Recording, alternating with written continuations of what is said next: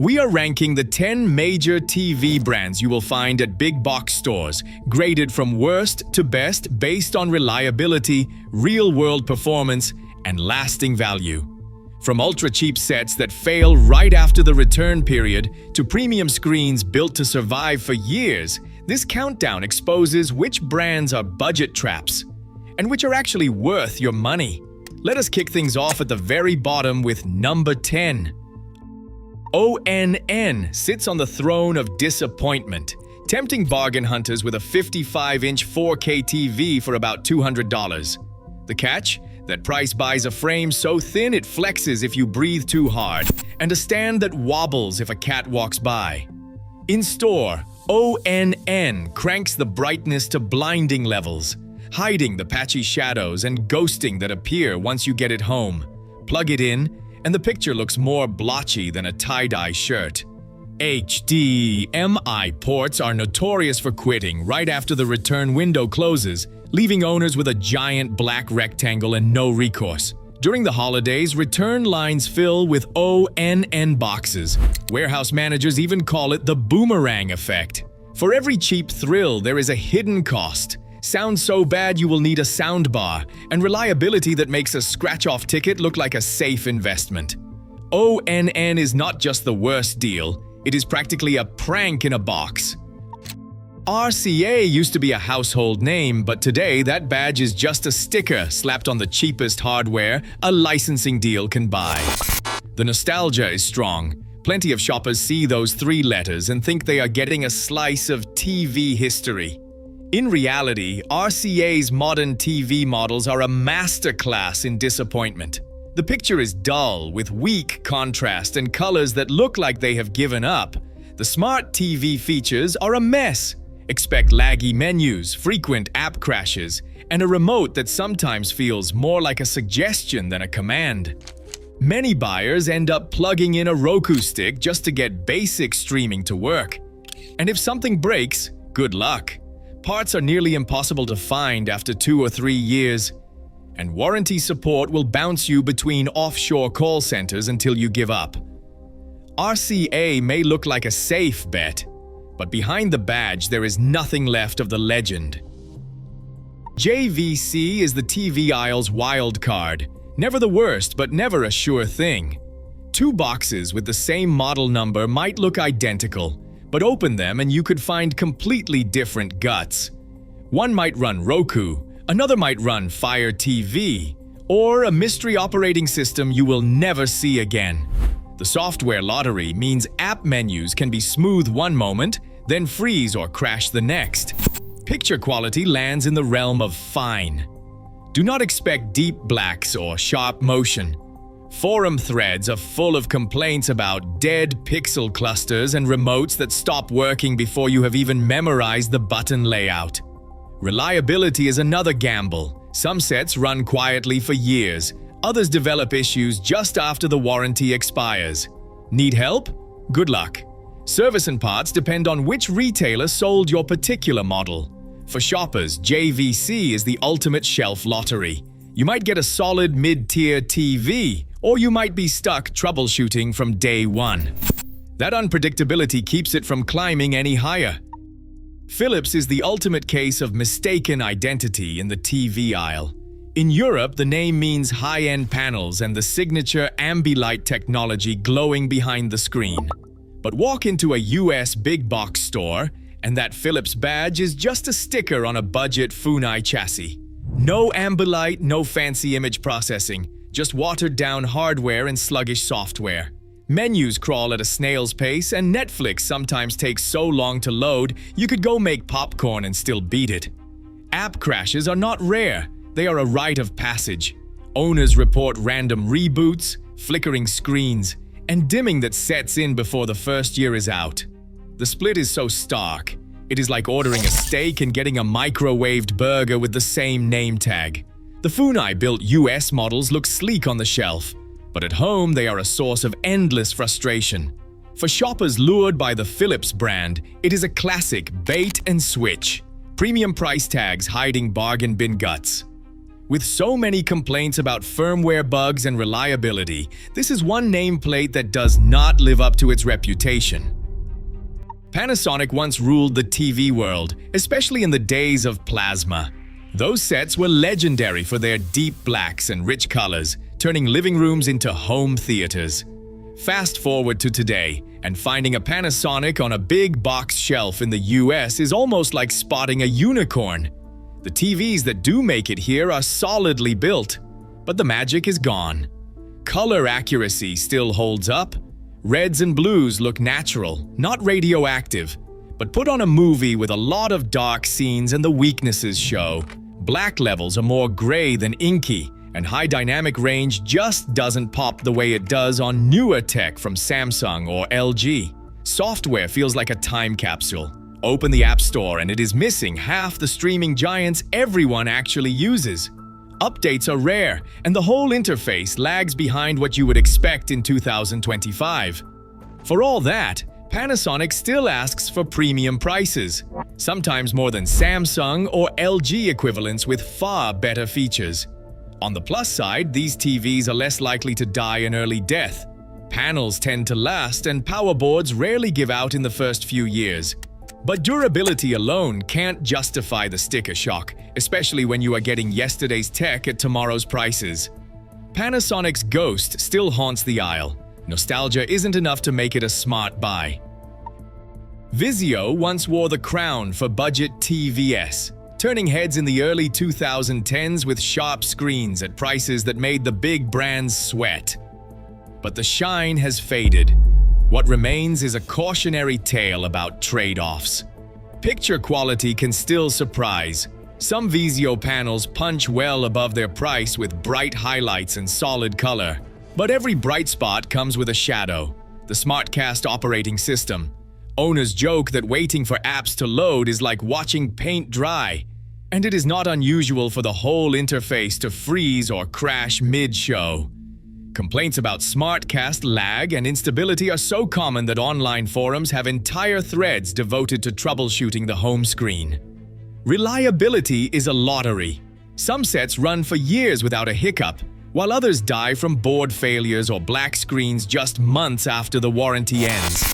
The Better Business Bureau has logged clusters of complaints about sudden failures and failed HDMI ports, especially in models from the last 5 years. Then there is the elephant in the room: privacy. In 2017, Vizio paid $2.2 million to the FTC after it was discovered quietly collecting detailed viewing data from millions of smart televisions. That scandal forced the company to overhaul its privacy disclosures, but it left a mark on consumer trust that still lingers. Vizio's recipe is tempting: good picture and low price. But the risk is real. If you are lucky, you get a great deal. If not, you end up with a buggy interface, privacy worries, and a television that might not make it to its 3rd birthday. For buyers, it is no longer the safe bet it once was. Now, it is a roll of the dice. Hisense loves to play the underdog, but it doesn't pull any punches when it comes to features.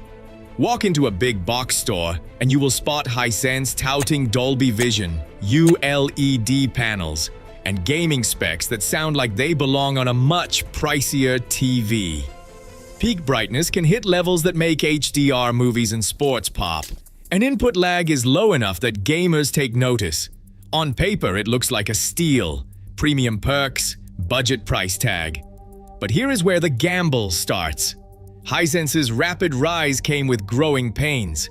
Internal plant memos from 2019 to 2022 admitted to banding and pixel issues tied to cost-cutting and rushed production. Some sets deliver a dazzling picture, while others show faint vertical stripes or weird color shifts right out of the box. Firmware updates are supposed to fix these glitches, but the rollout is hit or miss. Owners in online forums swap stories about updates that fix one bug and introduce another, or never arrive at all. Build quality is another wild card. The panels are thin and light, but the stands can feel flimsy, and the built-in speakers sound like an afterthought. Most buyers budget for a soundbar. Reliability is a toss-up. Some Hisense TVs run for years. Others develop screen or software problems inside of 12 months. For every glowing review, there is a frustrated owner wrestling with a dead pixel line or a bricked set after a failed update. Hisense lands this high on the list because of its upside. When you get a good one, the value is undeniable. Bright, colorful, loaded with features, and great for gaming. But the risk is real, and the company's own production notes show it knows the odds. For shoppers willing to roll the dice, Hisense can be a home run. For anyone who hates surprises, it is a brand that demands caution. TCL crashed the party with a playbook no one saw coming. Massive screens, built-in Roku or Google TV, and price tags that make big brands sweat. For shoppers chasing value, TCL is the first brand that feels like it could be a steal instead of a gamble. Some of their 4K models, especially the 6 Series and QM7K, have drawn raves from artings and consumer reports. Deep contrast, punchy colors, and low input lag that is a hit with gamers. It is not hype. At its best, TCL can punch way above its weight, sometimes matching Samsung or LG on picture for hundreds less. But here is the catch. Getting that dream TV is a roll of the dice. Between 2019 and 2022, TCL's Huizhou factory ramped up production so fast that quality control took a back seat. Panel defects, screen bleed, and vertical line issues started popping up in forum threads, sometimes within months of purchase. 2 TVs with the same model number bought on the same day can look and perform totally differently. Some owners get a flawless set, while others are stuck with dead pixels or a backlight that fails just after the warranty ends. The software side is a bright spot. Roku and Google TV are both stable, fast, and packed with apps, making TCL a favorite for cord cutters and streamers. Updates keep rolling out, and app crashes are rare compared to the mess on Vizio or Philips. But customer service is a mixed bag. Some buyers report smooth replacements, others get lost in a maze of emails and warranty forms. TCL lands here for one reason. When you get a good one, you score near premium performance for a bargain price. But the factory lottery is real. If you want the best value in the aisle and do not mind playing the odds, TCL is the budget disruptor that changed the game. Samsung has spent years perfecting the art of TV showmanship. Walk into any Best Buy and their QLED and QDO LED panels blast out colors so vivid and bright, you would think you had stumbled into a Pixar movie.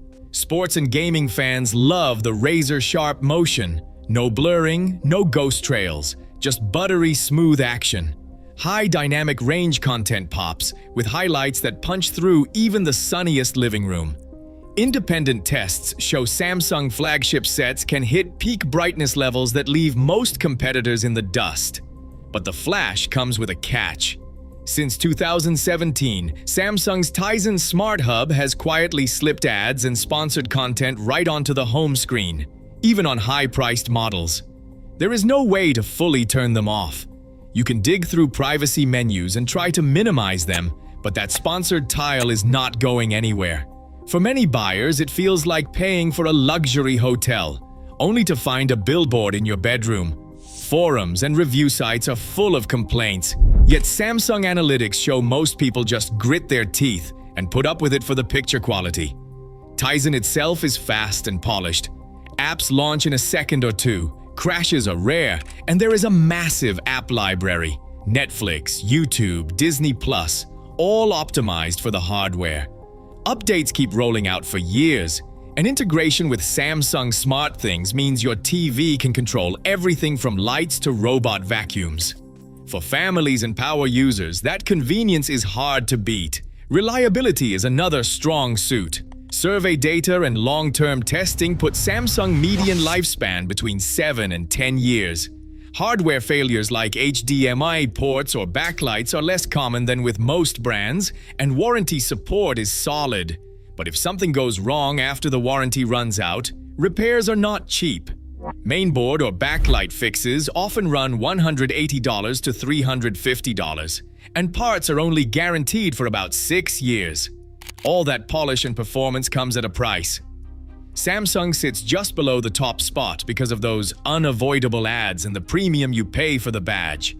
The picture is consistently excellent, the software is smooth, and the hardware lasts.